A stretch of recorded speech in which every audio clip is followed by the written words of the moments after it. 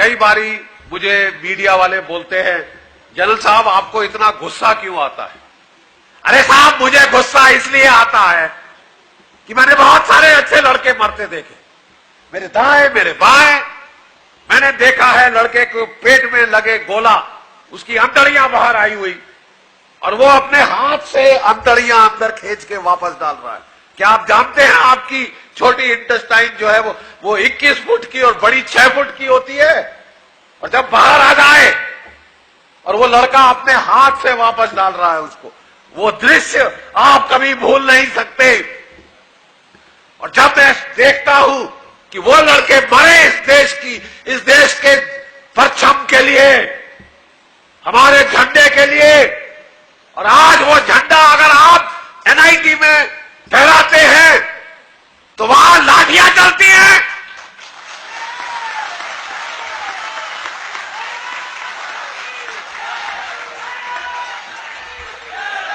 और इसके ऊपर साहब हमें बोला जाता है सहिष्णुता है, आप इनटॉलरेंट हैं। हाँ हैं, जीरो टॉलरेंस है। तुम झंडे को हाथ तो लगा के देखो, तुम्हारे हाथ तोड़ देंगे हम। टॉलरेंस,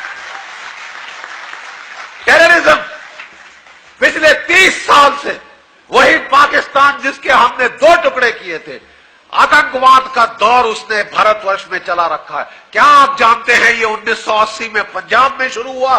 क्या आप जानते हैं कि हमारे 21,000 भारतीय नागरिक, सैनिक, सुरक्षा कर्मी पंजाब में शहीद हुए? जब हमने पंजाब में काबू पा लिया तो जम्मू कश्मीर में यह दौर चला दिया। 20 साल वहां चला, 44,000 भारतीय नागरिक शहीद हो गए। 44,000 जम्मू कश्मीर में लड़ते लड़ते, और अब भी लड़के शहीद हो रहे हैं। आए दिन पामपुर में कभी यहां कभी वहां खबरें आती रहती हैं मीडिया के ऊपर। और जब जम्मू कश्मीर में भी हमने तकरीबन कमर तोड़ दी है, कभी वहां पे 3,000 से 3,500 जो है आतंकवादी पाकिस्तान के होते थे। जितने हम मारते थे उतने वो सीमा के पार भेज देता था। फिर हमने वो फेंसिंग बनाई, अब 70 से 80% जो उसकी इन्फिल्ट्रेशन है वो रोक दी गई है, और 250 से 300 टेररिस्ट रह गए। लेकिन देवी और सज्जनों, बड़े दुख की बात है कि आपकी फौजें जंग जीत जाती हैं और हम जाके नेगोशिएटिंग टेबल पे घुटने टेक देते हैं। घुटने टेक देते हैं हम जाके वहां नेगोशिएटिंग टेबल पे, दे देने को तैयार है, क्योंकि हमारे में एक चीज की कमी है, इच्छा शक्ति। हमारे में सहिष्णुता नहीं, उदारवाद कूट कूट कर भरी गई है। क्या आप जानते हैं कि 17 बार हमला किया था मोहम्मद गोरी ने, और 16 बार हरा के उसको वापस भेजा पृथ्वीराज चौहान ने? ये सहिष्णुता थी? अरे साहब भाग रहे, भागते को क्या मारना? अरे उसने वापस आके उसको वो मौत दी जो शायद वो आंखें निकाल ली, 20 साल यत्ना दे के मारा। वो ऐसे लड़ाई में शहीद हो गया होता तो ज्यादा अच्छा था। ये है हमारी जो सहनशीलता का नाजायज फायदा उठाया गया है। 1000 साल आपके ऊपर राज हुआ है, आपके मंदिर तोड़ दिए गए, आपके जब पुस्तकालयों में आग लगाई गई थी नालंदा के, 3 महीने जलता रहा वो, इतनी किताबें थी। पढ़ाई लिखाई हम लोग करते हैं, किसी को हमने दखल अंदाजी नहीं करी। बहुत है इस धरा में, सोने की चिड़िया कहा जाता था, लेकिन कहा गया इसका सोना? अरे लूट लूट कर ऊंटों पर लाद कर ले गए।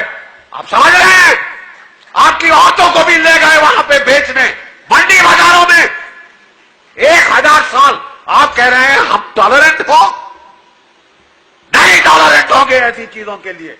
और अब जरा ये ज्वाला पैदा होनी शुरू हो, हम नहीं सहेंगे। We will not stand this nonsense. कोई तुम्हारी एक गाल पे चांटा मारे, तुम दूसरी गाल आगे कर, ये हम लोग कहते हैं। और आपको पता है चीनी क्या कहते हैं? If a man slaps you once it is his mistake. अगर एक आदमी आपको चांटा मारता है उसकी गलती है, आप उसके हाथ पैर तोड़ देंगे, तूने मारा कैसे बे? But if he slaps you twice it is your mistake. लेकिन अगर दूसरी बारी चांटा मारता है, जरूर आपने कोई गलत किया होगा, सीटी मारी होगी गलत जगह, तभी तो आप खड़े होके मार खा रहे हैं भरे बाजार में। नहीं तो मार कौन खाता है? कौन शरीफ आदमी मार खाता है? लेकिन ये हमारे को जो खोखला कर दिया गया है, खोखला कर दिया गया है। मैं स्वामी जी से कह रहा था, अगर अभी जरूरत है साधना की तो वीर भाव साधना की। और आप जानते हैं वीर भाव साधना कहां होती है? शमशान में, जहां जीवन का सबसे बड़ा भयंकर सत्य सामने दिखता है। धर्म क्षेत्र, युद्ध क्षेत्र, कुरुक्षेत्र। असली धर्म वहां पता चलता है, लड़ाई में। आप मानते हैं ना हन्यते हन्य माने शरीरे।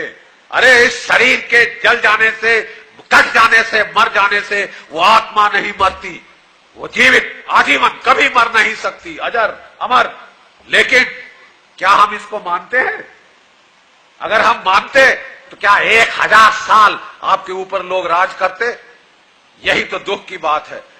मैंने समझा था 37 साल की सर्विस के बाद जब मैं रिटायर होके आया, और मेरी किस्मत कुछ ऐसी थी कि लड़ाई से आगाज हुआ और लड़ाई से अंत हुआ, और लड़ाई ही लड़ाई। हर रैंक पे मेरे गोली यहां से या वहां से जा रही थी। मेरी थोड़ी ज्यादा गुस्सा खा जाने की आदत है, तो कई मेरे सीनियर मेरे से ज्यादा खुश नहीं थे, उनको बोले इसको जेड के भेजो, ये वहां फिट रहेगा, लोगों को भी फिट रखेगा। हाँ, 350 मार के आया, और बड़े फक्र के साथ कह सकता हूं। फिर मौका मिले फिर गाड़ेंगे, क्योंकि जो हमारे देश में हमने कोई होटल नहीं खोल रखा कि कलाश्निकोव लेके बगैर पासपोर्ट, बगैर वीजा के आप आओ और हमारे औरतें, बच्चे, आदमी मारो। आप लड़ना चाहते हो तो लड़ो सामने मैदान में आके, हमको तनख्वाह मिलती है लड़ने की। मैं यही बोलता था। लेकिन ये क्या तरीका है? जावरी बाजार में बम फोड़ो ताकि औरतें, बच्चे, बूढ़े मरे, और जब वो घायल लोग वहां से जाते हैं, जैसे अहमदाबाद में हुआ, वहां पे अस्पताल के बाहर बम लगाए। अरे साहब, ये मानसिकता है, और इस मानसिकता से जो लड़ना नहीं चाहते वो पाप करते हैं, पाप। क्योंकि जो पाप करता है सो पाप करता है, जो पाप सहता है उससे बड़ा पाप करता है। और ये सहनशीलता आप भूल जाइए, इससे ज्यादा सहनशील देश आपको कहीं नहीं मिलेगा। एकम सत विप्रा बहुधा वदंती, ये हमारे देश की संस्कृति रही है। लेकिन हमको इसके लिए बहुत भारी कीमत देनी पड़ गई है। और आज ये नाटक और स्वान किया जा रहा है कि साहब इंटॉलरेंट हैं, फलाना है, ढिमकाना है। जहां तक देशभक्ति का सवाल है, हम इंटॉलरेंट हैं। जहां तक टेररिज्म का सवाल है, हमारी सीमाओं का सवाल है, हाँ, हम इंटॉलरेंट हैं। तो हेल विद यू, धार में जाओ, चूल्हे में जाओ, लेकिन हम नहीं, इस पे कोई कॉम्प्रोमाइज नहीं। ये कोर वैल्यूज पे कोई कॉम्प्रोमाइज नहीं। बाकी आप इकोनॉमिक पॉलिसी, ये पॉलिसी, वो पॉलिसी सब डिस्कस कर सकते हैं।